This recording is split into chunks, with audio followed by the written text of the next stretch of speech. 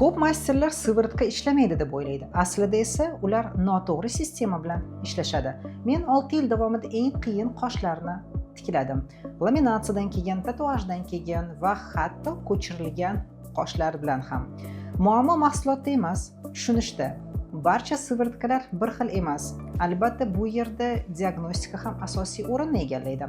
Ya'ni qoshlarni zararlanish holatini to'g'ri baholash. Bu ikkalasi bir-birisiz ishlamaydi. Bir kompaniya masterga foyda beradi, boshqasi faqat sotadi va majburiyatni qo'yadi. Yana biri esa natija beradi.